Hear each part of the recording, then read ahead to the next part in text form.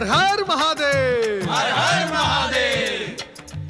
ओम नमः शिवाय। परमपिता, प्रार्थना के मध्य भगवान भोलेनाथ का ये रूप परिवर्तन किस बात का संकेत है? नारद, इस संसार के कण कण में महादेव ही समाये हुए हैं।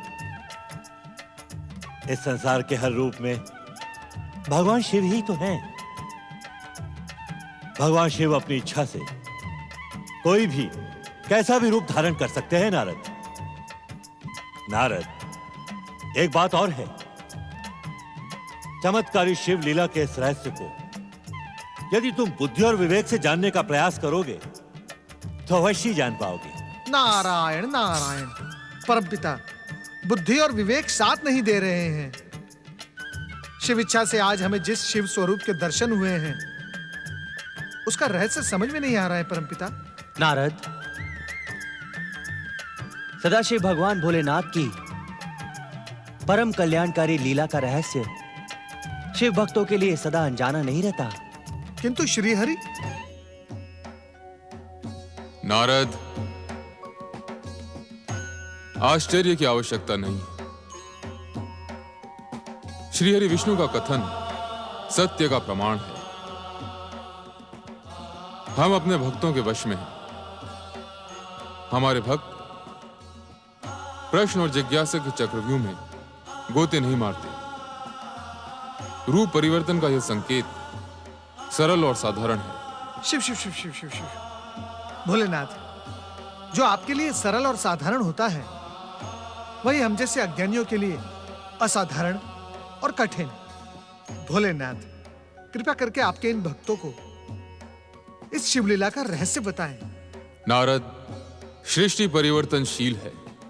एक छोटे से कण से लेकर विशाल पर्वत तक सब कुछ परिवर्तित हो रहा है। परिवर्तन की यही गति जीवन को सुख, संतुष्टि और कल्याण का संदेश देती है। परिवर्तन की इसी धारा में बहते हुए हमारी सृष्टि सतयुग, त्रेता युग की यात्रा करते हुए अब द्वापर युग के द्वार पर खड़ी है। नारायण नारायण। भोलेनाथ, हम अज्ञानियों को इस बात का ज्ञान ही नहीं था कि अब हम एक नए युग में प्रवेश करने जा रहे हैं। इस ज्ञान के साथ इतना और भी जान लो नारद कि आने वाला हर युग नवीनता के साथ ही साथ प्रचलित मान्यताओं, परंपराओं और आस्थाओं को नष्ट भ्रष्ट करने का प्रयास करता है।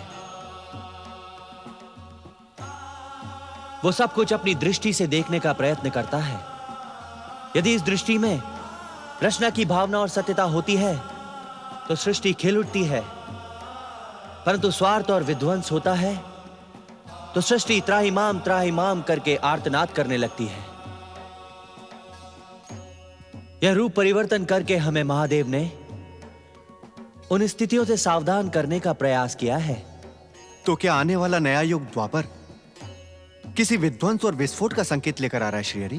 देवराज इंद्र, शुभ और अशुभ के मध्य संघर्ष तो सृष्टि के पहले दिन से ही चल रहा है। अब तक जो हुआ वो अच्छा था, जो अब हो रहा है वो भी अच्छा ही हो रहा है, और जो भविष्य में होगा वो भी अच्छा और शुभ ही होगा। इसलिए चिंता करने की कोई आवश्यकता नहीं है। धन्य धन्य भोलेनाथ, आप धन्य हैं। अब कृपया करके इतना और बता दें कि इस नए युग का मुख्य उद्देश्य क्या होगा? नारद, इस द्वापर युग में दैत्य शक्तियों का प्रभाव कम होगा। यह तो शुभ संकेत है महादेव। बात पूरी होने से पहले ही अपने अनुमान से कुछ कह देना विद्वानों की भाषा में अज्ञान माना जाता है देवराज। क्षमा क्षमा भोलेनाथ, क्षमा। इसका अर्थ ये नहीं कि ये दैत्य शक्तियां पाताल में जाकर छुप जाएंगी, अपितु ये दैत्य शक्तियां इस नए युग में मानव को माध्यम बनाकर अपना स्वार्थ पूर्ण करेंगी और सदा के समान शुभ कार्य में बाधा डालेंगी। स्वार्थी मनुष्यों और दुष्ट शक्तियों के इस मिलन से धर्म का स्थिर पांव डगमगाने लगेगा। धर्म पर संकट उत्पन्न होगा। अब तक धर्म पर अटल रहते हुए गर्व करने वाले अनेक प्राणी धर्म का साथ छोड़कर अधर्मी, अत्याचारी, अनैतिक और अन्यायी बनकर अशुभ शक्तियों का साथ देंगे। किंतु परमपिता, ऐसे में धर्म की स्थिति क्या होगी? भोलेनाथ, क्या द्वापर युग में सभी प्राणी अधर्मी हो जाएंगे? ऐसा ना कभी हुआ है, ना ही कभी होगा। सृष्टि के संतुलन में धर्म और अधर्म दो पहलू हैं। अधर्म सदैव अपने दुष्कर्मों से धर्म के पलड़े को झुकाने का प्रयास करता है, किंतु अंत में विजय धर्म और सत्य की होती है। और इस नए युग का मुख्य उद्देश्य भी धर्म संस्थापना ही होगा। प्रभु, इस धर्म संस्थापना के सूत्रधार कौन होंगे? जिज्ञासु नारद, युग, धर्म और धर्म की संस्थापना के लिए प्रारंभ हो रहे इस द्वापर युग में जगत पालक श्री हरि विष्णु पुरुषोत्तम अवतार धारण करेंगे। पुरुषोत्तम अवतार? पुरुषोत्तम अवतार? हाँ, ये द्वापर युग भविष्य में पुरुषोत्तम श्री कृष्ण के युग के नाम से जाना जाएगा। श्री हरि अवतार श्री कृष्ण पृथ्वी के समस्त जीवों को प्रेम, योग, ज्ञान और भक्ति की प्रेरणा देते हुए धर्म की संस्थापना करेंगे। नारायण नारायण। भोलेनाथ, क्या पिछले युग के समान इस नए युग में अन्य शुभ शक्तियां अवतार धारण नहीं करेंगी?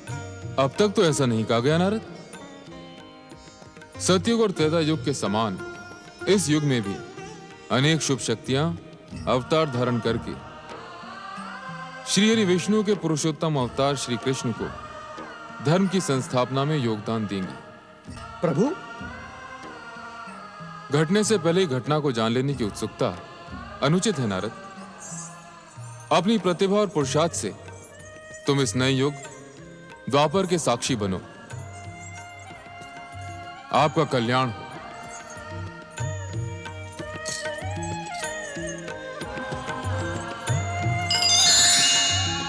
नए युग का साक्षी बनने के लिए नारद के साथ ही साथ सभी शुभ शक्तियां अपने अपने धाम को लौट गईं। शिवेच्छा से सृष्टि की अनंत यात्रा में द्वापर युग का प्रारंभ हुआ। ऋषिपुत्री शकुंतला और महाराज दुष्यंत के प्रेम से जन्मे महाराज भरत के नाम से ऋषियों की इस पवित्र आर्य भूमि को भारतवर्ष के नाम से भी संबोधित किया गया। परम शक्तिशाली शिव भक्त और सत्य पर आस्था रखने वाले महाराज भरत के नाम से भारतवर्ष में वीरों को जन्म देने वाले भरत कुल की परंपरा चल पड़ी।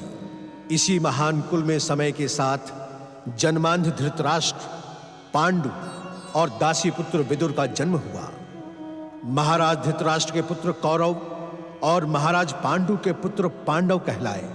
स्वार्थ भरी महत्वाकांक्षा और प्रतिशोध से जलते कौरवों ने अपने मामा शकुनी की कुटिल नीति को द्यूत के पांसों पर सफल बनाते हुए पांडवों को पराजित कर 12 वर्ष के वनवास और 1 वर्ष का कठोर अज्ञातवास झेलने पर विवश कर दिया।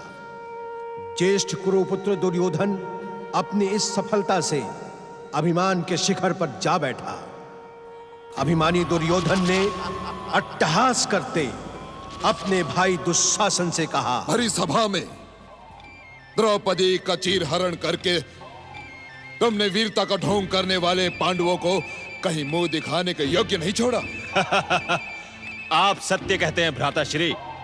मुझे पूरा विश्वास है कि हस्तिनापुर से निकलकर अपमान और कलंक का दंश धोने के लिए पांडव चुल्लू भर पानी में डूब मरे होंगे। ऐसे घोर अपमान के बाद भ्राता कोई वीर जीवित नहीं रह सकता। परंतु अभी तक मेरे घोर शत्रु पांडवों के मृत्यु का समाचार क्यों नहीं आया? क्यों नहीं आया? कहीं ऐसा तो नहीं कि पांडवों को धूत क्रीड़ा में पराजित देखकर हमारे गुप्तचर सुस्त हो गए? सुस्त तो नहीं भ्राताश्री, परंतु निश्चिंत तो हम भी हो गए हैं।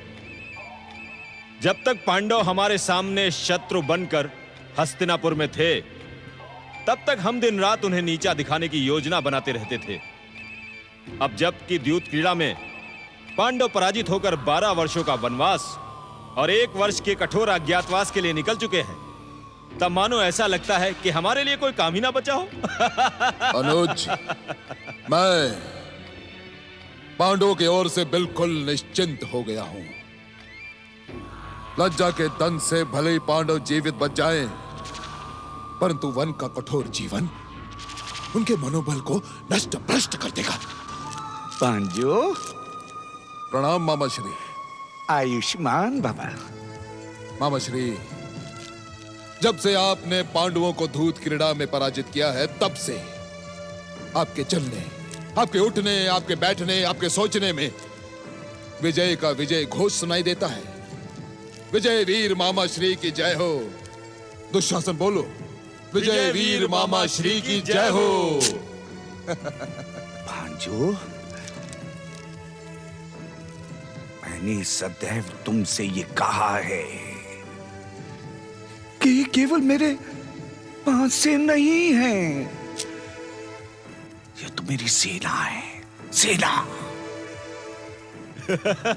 मामा श्री, मुझे तो पूरा विश्वास है कि सोते जागते हर समय पांडवों को आपके पासों की सेना दिखाई देती होगी। हतभागा युधिष्ठिर तो चौंक चौंक कर पौ बारा कहते हुए रात में भी उठ बैठता होगा। सावधान बच्चों, सावधान रहो। ये जो मेरे पासों की सेना है ना, इन्हीं के कारण तुम्हें आज ये महान अवसर और विजयश्री प्राप्त हुई है। परंतु कहीं ऐसा ना हो, कहीं ऐसा ना हो कि 13 वर्षों के पश्चात वो पांडव वापस यहां आकर अपने राज्य की मांग करने लगे। असंभव, असंभव मामा श्री, क्योंकि जिस ओर पांडव गए हैं, वहां से हस्तिनापुर लौट कर आने का कोई मार्ग नहीं है मामा श्री। भ्राताश्री ठीक कहते हैं मामा श्री। अब पांडव नहीं, पांडवों की मृत्यु का दुख भरा समाचार लौट कर आएगा। हाँ मामा श्री, हाँ, मैं भी उसी समाचार की प्रतीक्षा कर रहा हूं। बस भांजो, ये महान अवसर हंसी ठट्टों में उड़ा देने वाला नहीं है।